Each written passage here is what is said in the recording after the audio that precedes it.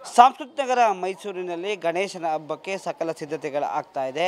ಮೈಸೂರಿನ ಪುರಾತನ ಆಗಿರುವಂತಹ ಕುಂಬಾರಗೇರಿ, ಕುರುಬಗಿರಿ ಇತರ ಭಾಗಗಳಲ್ಲೂ ಕೂಡ ಗಣೇಶನ ತಯಾರಿಕೆಯ ಮೂರ್ತಿ ತಯಾರಿಕೆ ಅದ್ದೂರಿಯಾಗಿ ನಡೀತಾ ಇದೆ.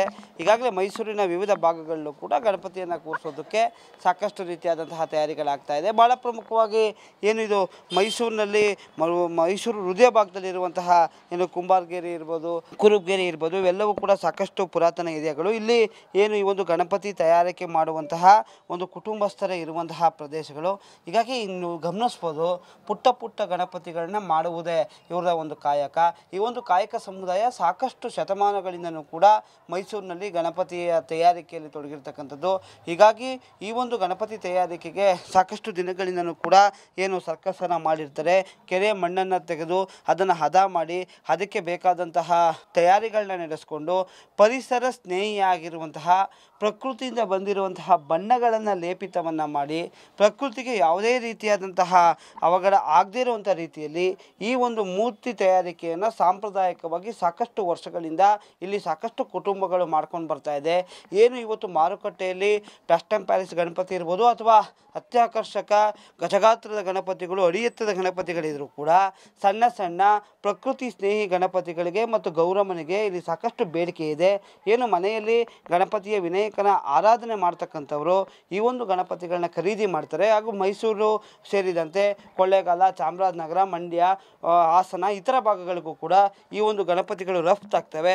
ಹೀಗಾಗಿ ಈ ಒಂದು ಕಾಯಕ ಸಾಕಷ್ಟು ಪುರಾತನವಾಗಿ ಬಂದಿರತಕ್ಕಂಥದ್ದು ಹಾಗೂ ಸಾಕಷ್ಟು ಇದೊಂದು ಕುಲಕಸುಬಾಗಿ ಬಂದಿರೋದ್ರಿಂದ ಎಷ್ಟೇ ಕಷ್ಟ ಇದ್ರೂ ಕೂಡ ಈ ಒಂದು ಕುಲಕಸುಬನ್ನು ನಡೆಸ್ಕೊಂಡು ಬರ್ತಾ ಇರ್ತಕ್ಕಂಥದ್ದು. ಹೀಗಾಗಿ ಮೈಸೂರಿನ ವಿವಿಧ ಭಾಗಗಳಲ್ಲೂ ಕೂಡ ಇದೇ ರೀತಿಯಾದಂತಹ ಮನೆಗಳಿದೆ. ಈ ಮನೆಗಳಲ್ಲಿ ಇದೇ ಈ ಒಂದು ಮೂರ್ತಿಗಳನ್ನ ಮಾಡ್ತಕ್ಕಂಥದ್ದು ಕಾಯಕ. ಹಾಗೂ ದೀಪಾವಳಿ ಹಬ್ಬದಲ್ಲಿ ದೀಪಗಳನ್ನ ತಯಾರು ಮಾಡ್ತಕ್ಕಂಥದ್ದು ಹಾಗೂ ಇತರ ಹಬ್ಬಗಳಲ್ಲೂ ಕೂಡ ಮಣ್ಣಿನಿಂದ ಮಾಡುವಂತಹ ಪದಾರ್ಥಗಳು ಬರ್ತವೆ, ಆ ಪದಾರ್ಥಗಳನ್ನ ಮಾಡ್ತಾರೆ. ಈಗ ನೀವು ಗಮನಿಸ್ಬೋದು, ಪ್ರತಿಯೊಂದು ಗಣಪತಿಯು ಕೂಡ ಪರಿಸರ ಸ್ನೇಹಿಯಾಗಿದೆ. ಪರಿಸರ ಸ್ನೇಹಿಯಾಗಿರುವಂತಹ ಬಣ್ಣಗಳನ್ನೇ ಬಳಸ್ಕೊಂಡು ಈ ಗಣಪತಿಯನ್ನು ತಯಾರು ಮಾಡಿರ್ತಕ್ಕಂಥದ್ದು ಅತ್ಯಾಕರ್ಷಕವಾಗಿ ಕಾಣ್ತಾ ಇರ್ತಕ್ಕಂಥದ್ದು. ಹೀಗಾಗಿ ಗಣಪತಿ ಹಬ್ಬಕ್ಕೆ ಈಗಾಗಲೇ ಸಾಕಷ್ಟು ತಯಾರಿಗಳು ನಡೀತಾ ಇದೆ. ಆ ತಯಾರಿ ನಿಟ್ಟಿನಲ್ಲಿ ಇದು ಒಂದು ಅಂತಲೂ ಕೂಡ ಹೇಳ್ಬೋದು. ಈಗ ಇನ್ನೂ ಬರೀ ಮಣ್ಣಿನ ಪುಟ್ಟ ಗಣಪತಿಗಳನ್ನು ಕೂಡ ಬಳಸ್ತಾರೆ. ಹಾಗೂ ಸಾಕಷ್ಟು ಆಫೀಸ್ಗಳಿರ್ಬೋದು ಅಥವಾ ಇತರ ಸಭೆ ಸಮಾರಂಭಗಳಲ್ಲೂ ಕೂಡ ಗಣಪತಿಗಳನ್ನು ಕೂರಿಸ್ತಾರೆ. ಆ ಒಂದು ಗಣಪತಿಗಳನ್ನು ಕೂಡ ಇಲ್ಲೇ ತಯಾರು ಮಾಡ್ತಾರೆ. ಈ ಗಣಪತಿಗಳನ್ನು ಕೂಡ ಅತ್ಯಾಕರ್ಷಕವಾಗಿ ನೀರಿನ ಮೇಲೆ ಕೂರ್ತಿರ್ತಕ್ಕಂಥದ್ದು, ಆನೆ ನಾಗಾಭರಣ ಆಗಿರುವಂತಹ ಗಣಪತಿಗಳಿರ್ಬೋದು ಅಥವಾ ಇತರ ಭಾಗಗಳಿರುವಂತಹ ಗಣಪತಿಗಳನ್ನು ಕೂಡ ಈ ಭಾಗದಲ್ಲಿ ತಯಾರನ್ನು ಮಾಡ್ತಾರೆ. ಹಾಗೂ ಮನೆಗಳಲ್ಲಿ ಪುಟ್ಟ ಪುಟ್ಟ ಗಣಪತಿಗಳನ್ನು ಕೂಡ ಇಲ್ಲೇ ತಯಾರು ಮಾಡ್ತಕ್ಕಂಥದ್ದು.